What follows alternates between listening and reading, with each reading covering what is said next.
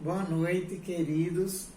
Mais uma vez estamos aqui para ministrarmos uma aula para que vocês possam estar aí adquirindo mais conhecimentos. Continuamos ainda sem aulas presenciais, como bem sabemos, mas isso não impede de que estejamos juntos através deste vídeo para que vocês possam assim continuar se enriquecendo dos assuntos que nós estaremos passando para vocês hoje. Nós vamos a nossa aula hoje à noite sobre história, governo e doutrinas do congregacionalismo. História, governo e doutrina do congregacionalismo.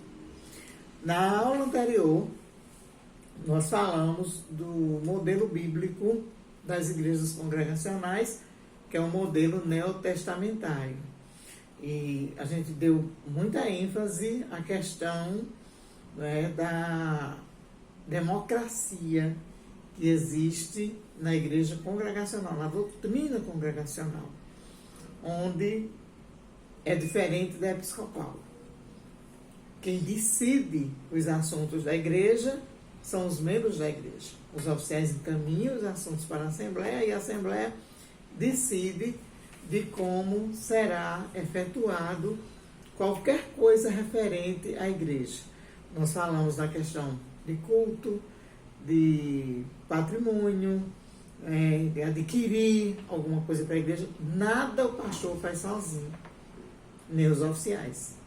Tudo isso é trazido para que a igreja decida o que é melhor para a comunidade. E a gente viu esse modelo no Novo Testamento. A gente leu vários textos onde os discípulos se reuniam para decidir as coisas. Então não tinha Pedro, que era o mais falante, que era sempre quem tomava as decisões, que fazia nada sozinho. Sempre ele reunia os outros para chegar a um denominador comum. Eu queria hoje à noite falar sobre 3 coisas que a gente poderia pensar hoje. São 3 títulos que é usado na Bíblia, que é a palavra bispo, a palavra pastor e a palavra presbíteros. Será que existe cargos hierárquicos ou esses títulos nos transportam a funções similares? Quando a gente fala bispo, quando a gente fala pastor, quando a gente fala presbítero, um é mais que o outro. Será que chega isso na nossa mente? Eu quero esclarecer a você que não. Os cargos aí, essas funções, não tem nada de hierarquia. Elas são similares. Eu gostaria de ler para você aqui no livro de Atos, no capítulo 20, o verso 17, quando Paulo fala aos presbíteros da igreja de Éfeso. O verso 17 diz assim: de Mileto mandou a Éfeso chamar os presbíteros da igreja.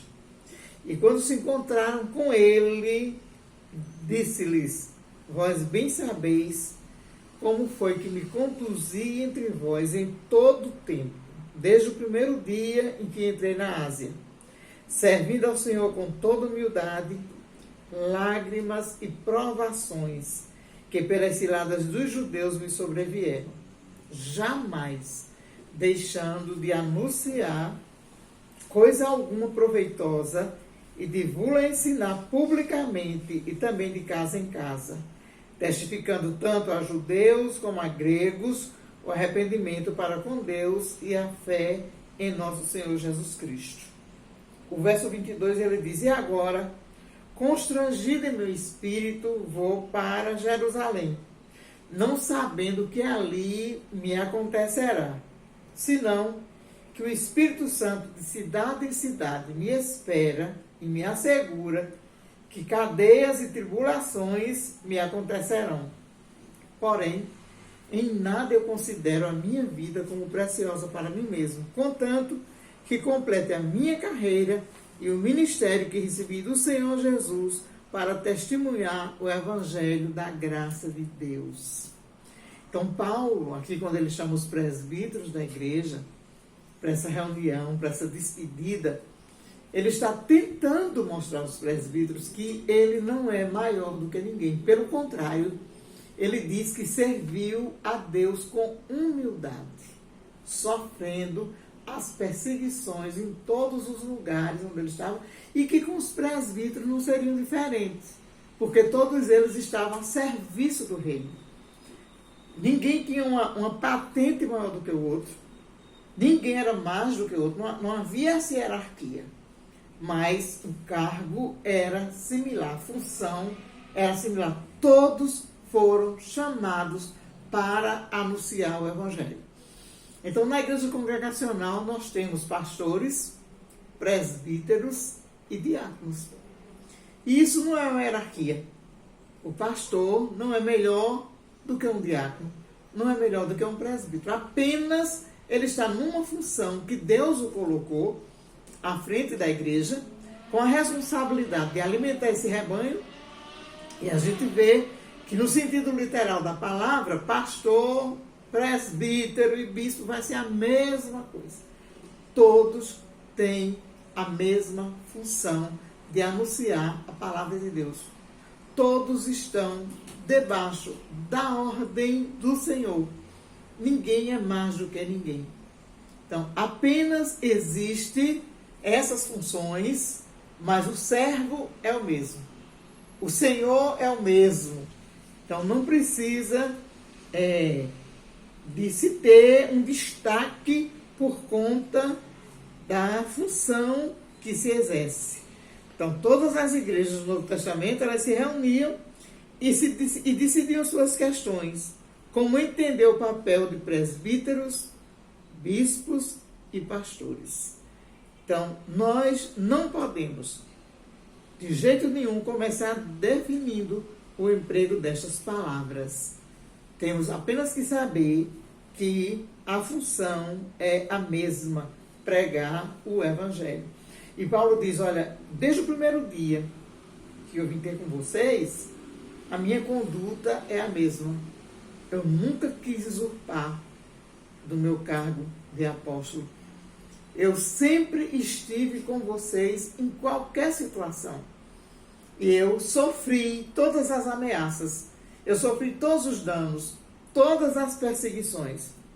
Mais adiante, ele diz no verso 28, o 27 ele diz, jamais eu deixei de vos anunciar a todos o desígnio de Deus. O 28 ele diz, atendei por vós e por todo o rebanho sobre o qual o Espírito Santo vos constituiu bispos, para pastoreardes a igreja de Deus, a qual ele comprou com seu próprio sangue. Olha aí a palavra bispo e pastorear. Então, essa função é a mesma, não existe uma hierarquia. E ele diz assim, eu sei que depois da minha partida, entre vós penetrarão lobos vorazes, que não pouparão o rebanho, e que dentre vós mesmos se levantarão homens falando coisas pervertidas para arrastar os discípulos atrás dele. Ele estava fazendo menção aí que alguém iria fazer usurpação do cargo, querer ser mais do que alguém, para levar alguém com ele, como se assim ele se tornasse alguém superior por conta do título. Mas dentro do congregacionalismo, essas palavras apenas são funções diferentes. Mas, diante de Deus, o papel desempenhado é o mesmo de servos do Senhor. Então, quando você vê uma igreja congregacional, ela vai ter no seu organograma pastor, presbíteros e diáconos, todos servindo ao reino de Deus. Nós vamos ver também quando as correspondências para as igrejas do Novo Testamento, Para que elas eram enviadas? As cartas apostólicas que temos no Novo Testamento, elas são endereçadas às comunidades, vão dirigidas para toda a comunidade e não para os seus líderes em particular. Aí dá para você notar o nosso sistema congregacional, que a igreja num todo, ela é envolvida na obra de Deus, ela tem finalidades na obra de Deus, tem um empenho na obra de Deus. Cada crente, ele precisa cumprir o seu papel, não querendo um ser mais que o outro. Então, eu sou diácono, a minha função é só servir a ceia, é só ficar na porta, cuidando do culto, é só visitar os enfermos. Não, você é servo de Deus. Essas tarefas eles são peculiares. Mas isso não lhe diminui de um presbítero. O presbítero, ele tem a função de alimentar o rebanho, de ter palavra, de ter conhecimento bíblico, de ser alguém referencial na vida cristã, no seu dia a dia, no seu testemunho, assim como o diácono também precisa. Todos são iguais, nós não temos ninguém além do que isso. Então, as cartas eram enviadas para as pessoas, né? E tinha até algumas que eram enviadas para alguém em particular, mas não era para o líder da igreja. Até aqui vimos que as igrejas eram autônomas e seu governo era exercido de forma compartilhada, membros e supervisores, que são os presbíteros, pastores ou os bispos. Mas temos algumas cartas enviadas por apóstolos para líderes como Timóteo, Tito, e textos recomendando que se respeitem os presbíteros e guias nas igrejas.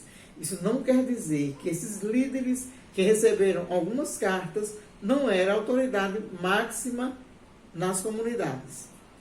Os apóstolos, por exemplo, no caso dos apóstolos, é claro que eles exerciam liderança, né? E essa liderança era peculiar, era uma função exercida com apóstolos que eram enviados direto como porta-voz de Deus. Mas ninguém hoje tem a posição que tinha os 12 fundantes na igreja primitiva.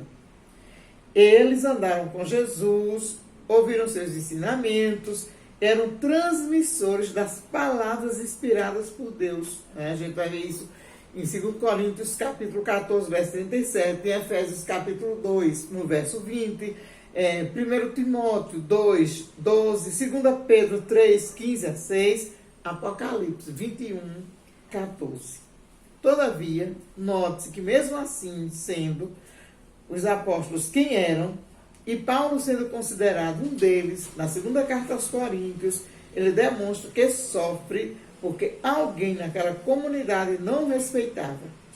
Ele também se queixa de que havia pessoas na sua época se dizendo apóstolos. E muitos estavam seguindo-os, mostrando assim que os 12 e Paulo, às vezes, encontravam rivais e não tinham autoridade indiscutível e absoluta nas comunidades do Novo Testamento.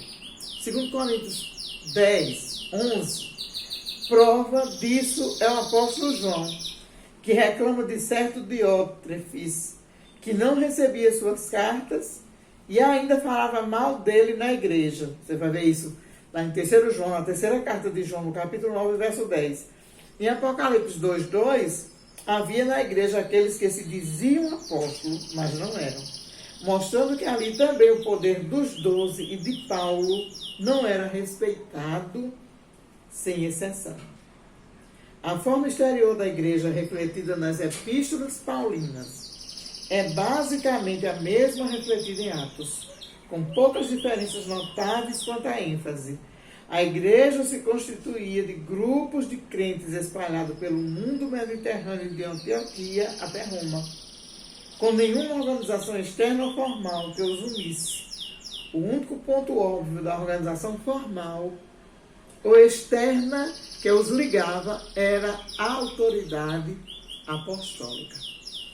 A igreja evangélica congregacional,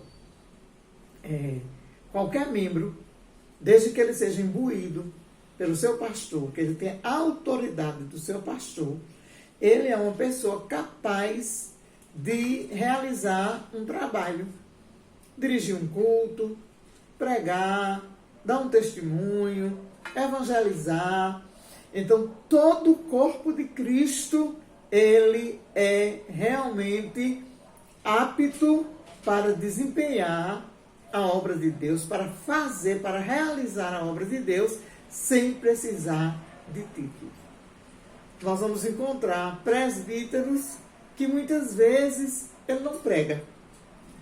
Ele ajuda de uma outra maneira, mas ele não tem o dom da palavra. Quando era para ter, todo presbítero, ao ser escolhido pela igreja, ele deveria ter o dom da palavra. Ele precisa, aliás, ter o dom da palavra, porque essa é uma função do presbítero, cuidar do rebanho. Então, eu queria que a gente ficasse hoje com essa explicação, que os nomes, os títulos, não mostravam uma hierarquia. Ninguém era maior do que ninguém, mas todos eram servos, todos estavam apostos, todos estavam prontos para fazer a obra de Deus. E Paulo mostra que eu estou indo para Jerusalém, vocês vão ficar. E vocês vão fazer o mesmo trabalho que eu faço, de cuidar, de evangelizar, de avançar o reino de Deus. É obra de todo crente. E quando Jesus foi assunto aos céus, ele dá essa ordem à sua igreja. Ele não chamou só um grupo de apóstolos, ele não chamou só os discípulos, ele chamou a igreja e ele disse: ide. Então, a ordem do Senhor Jesus para a igreja é que todo o corpo esteja unânime na obra de Deus. Então, a gente viu que as cartas não eram enviadas especificamente para os líderes, mas era para a comunidade onde se encontravam os crentes na pessoa bendita de Jesus Cristo. Cartas aos Filipenses, cartas aos Efésios, aos Coríntios, Romanos. Então, era para a comunidade, não era especificamente para o líder. Que Deus nos ajude, que Deus nos abençoe. Na próxima aula estaremos estudando mais um assunto de história e doutrina do congregacionalismo.